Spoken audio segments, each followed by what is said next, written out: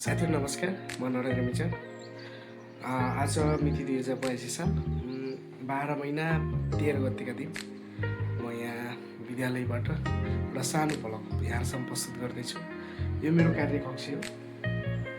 मेरो चेयर, मेरो बस्ने ठाउँ। यहाँ आज तपाईँहरूलाई मेरो अफिससम्म यो भिजिट गर्ने त टाइम छैन होला, तैपनि मलाई मन परेको कुराहरू यहाँ म्यामले टिप्पणी गर्नुभएको छ। म यो कुरा प्रस्तुत गर्छु यहाँ सामु। यहाँनिर लेखेको छ,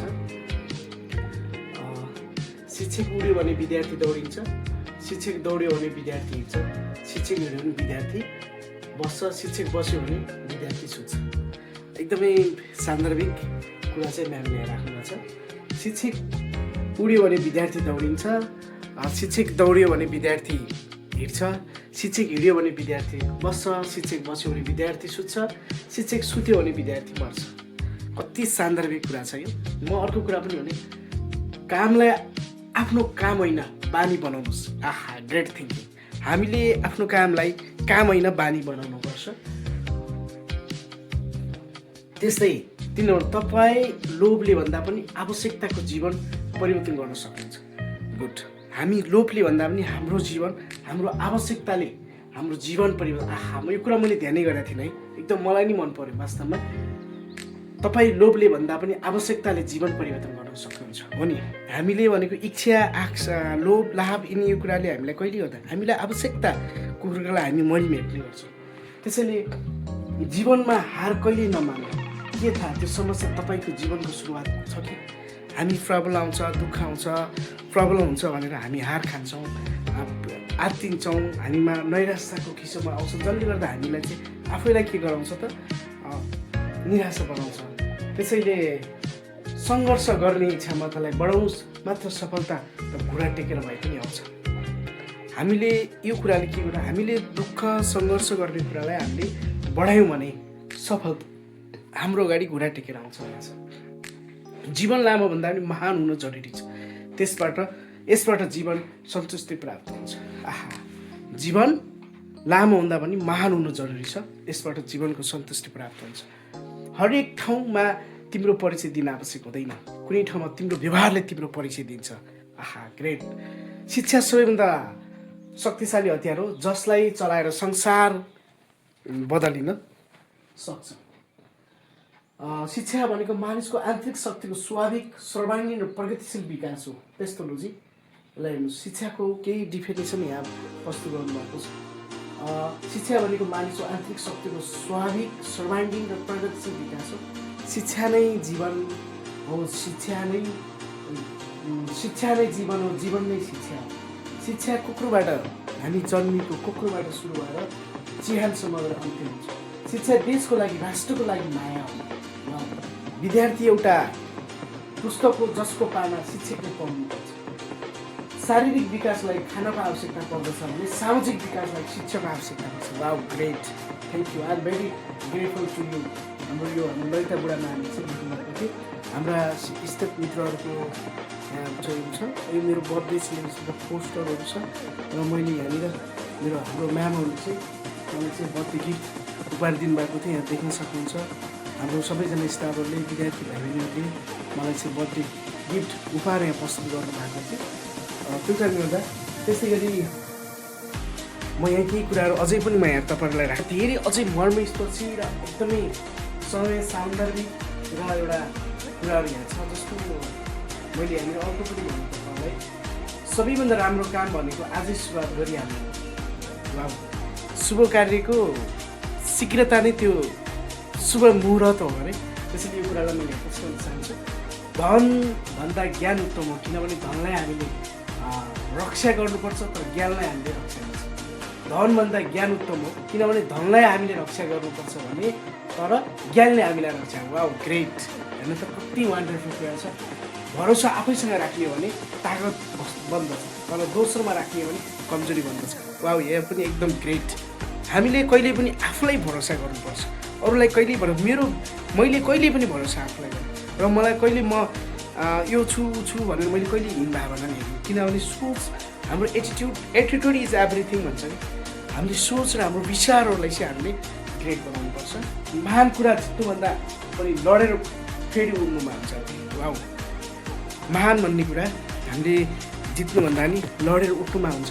त्यसरी यहाँ पनि केही कुराहरू यहाँ राखेको छ जसमा म तपाईँलाई सो गर्न चाहन्छु। शिक्षाको आचार संहिताको विषयमा छ हाम्रो राष्ट्रिय गीत, हाम्रो राष्ट्रको धरोहर, हाम्रो राष्ट्रिय सिम्बलहरू यहाँ चाहिँ प्रस्तुत भएको छ, देख्न सक्नुहुन्छ तपाईँहरू सबैजनाले। त्यसरी यहाँ चाहिँ हाम्रो टोटल स्टुडेन्टको सङ्ख्या पनि यहाँमा प्रस्तुत गरिएको छ। र यो विद्यालयमा हामीले म दिलो ज्यान लाएर विद्यालयमा खटिरहेको हुन्छु, मेहनत गरिरहेको हुन्छु। कहिले स्टाफहरूसँग, कहिले विद्यार्थीसँग म यहाँ खटिरहेकै हुन्छु। र अहिलेको समयमा हामी परिवर्तन समयमा सिलमा छौँ। म मेरो भिडियो हेर्ने मेरो सम्पूर्ण जनालाई के अनुरोध गर्न चाहन्छु भने यदि हामीले गाउँठाउँ बनायौँ भने हामी भन्छौँ। म यसै दिँदै क्रममा म तपाईँलाई सर्टकटमा भन्छु। एउटा प्रसङ्ग भन्दा पनि मेरो व्यक्तिगत जीवनमा घटेको घटना हो। म एसी दिइसकेपछि इन्डियाको सिमलाको किनोर भन्ने ठाउँमा गएको थिएँ। त्यहाँ म रामघाटबाट म मात्रै थिएँ। अरू हाम्रो रामघाट पहिला चाहिँ गाविस थियो। लेकपराजुल कालपानीबाट डुइङ खोलाबाट मेरो साथी 5 जना साथीहरू हुनुहुन्थ्यो। उहाँहरू हुन्छ चन्द्रबहादुर देवकोटा, चन्द्रबहादुर ओली, त्यसै हस्तबहादुर बिसी, अनि दिलबहादुर पुनमगर र तिलक पुनमगर साथीहरू हुनुहुन्थ्यो, जसमा हामी 5 जना साथीहरू थियौँ। अनि चन्द्रदेव कोटा पनि हुनुहुन्थ्यो। अनि हामी मध्येमा हामी 5 जना साथीहरू हुन्थ्यौँ। अनि सँगै काम गर्ने, सँगै खाने, अनि त्यहाँ कहिले जे काम हुन्छ त्यही गर्ने, कसैको घाँस काट्ने, मोल फाल्ने। अनि त्यसपछि हामी 8 बजीदेखि 5 बजी ड्युटी गर्थ्यौँ। अन्य टाइममा आफूले नै कामहरू गर्थ्यौँ। तपाईँको ओभर टाइम काम, कसैको गिट्टी कोरिदिने, कसैको बादलो बोकिदिने, आफ्टर कामपछि है। एज पनि त्यस्तै थियो। म त्यो टाइममा गएको थिएँ। हामी 5 जना साथीमध्येमा हामी 3 जना साथीहरू चाहिँ पछि पूरकको रिजल्ट आएपछि उहाँलाई एक एकवटा विषयले अहिले लाग्यो। हामी चाहिँ फ्रेन्डली पास भयौँ 2 जना। हामी 2 जनाले, उहाँले चाहिँ पार्टी गर्नु भएन, किनभने हामी एसएलसी पास भएको बेला त धेरै थियो नि। अनि हामी चाहिँ पार्टी हामी 2 जनाले लगानी गऱ्यौँ। मेरो साथी अलिक त्यहाँजनामा एकजना साथी हुनुहुन्छ हस्तबहादुर बिसी। उहाँ चाहिँ मसँगै जत्तिकै इनर्जेटिक हुनुहुन्थ्यो। हामी सँगै काम गर्थ्यौँ। जहाँ बिहान 5 बजी उठेर, अरू साथी 4 बजी उठेर अरू साथीहरू सुत्नुमा हुन्थ्यो। हामी एउटा नजिकैको त्यहाँ कटिङ थियो, बाख्रा कटिङ गर्ने ठाउँमा बिहानै गएर 33 रुपियाँ कमाउँथ्यौँ। अनि मासु पनि ल्याउँथ्यौँ। अनि केटाहरूले चाहिँ मासु खाना पकाउने गर्थ्यो उनीहरूले। हामी खाना खाएर फेरि काममा जाने गर्थ्यौँ। त्यसैले मैले यहाँ भन्नु खोजेको कुरा के थियो भने उहाँहरूसँग मेरो कम्पिटिसन हुन्थ्यो कि।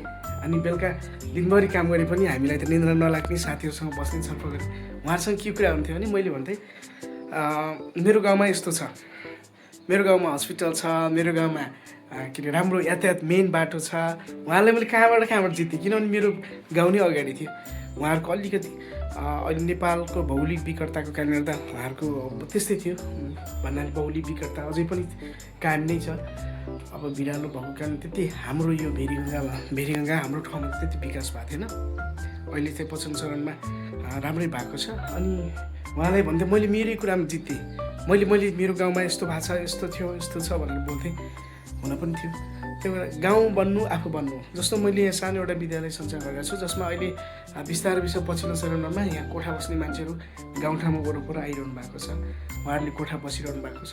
किनभने यो प्रत्येक गाउँको त विकास भयो नि, यो ठाउँको त विकास भयो नि। त्यसैले हामी फर्स्ट अफ अल त गाउँ बन्नु नै हामी बन्नु हो।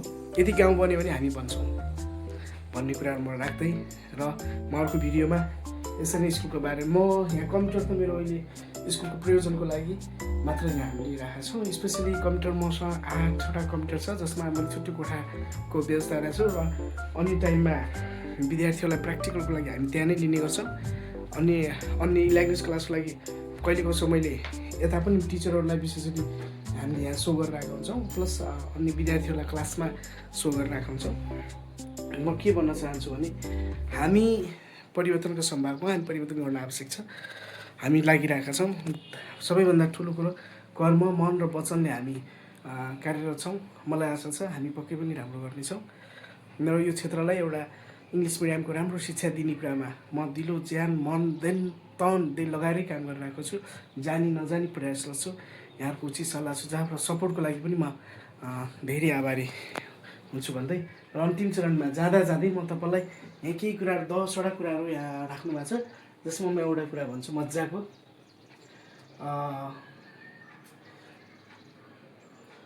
मैले अघि पनि यो कुराहरू त्यस्तै त्यस्तै कुराहरू जोडेको छ। समस्याहरू तपाईँको इच्छा शक्तिभन्दा कहिल्यै पनि ठुलो हुन सक्दैन। Wow, great.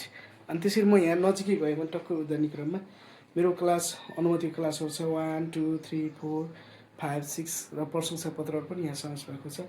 मेरो सिरान नजिकै सरस्वती माताको फोटा छ, उहाँले चाहिँ मलाई ज्ञान दिनुभएको छ। धन्यवाद सम्पूर्ण साथीहरूलाई। र मेरो भिडियोलाई सब्सक्राइब, लाइक र स्विट कमेन्ट छोडिदिन म सबैजनालाई हार्दिक अनुरोध गर्न चाहन्छु। धन्यवाद, नमस्कार।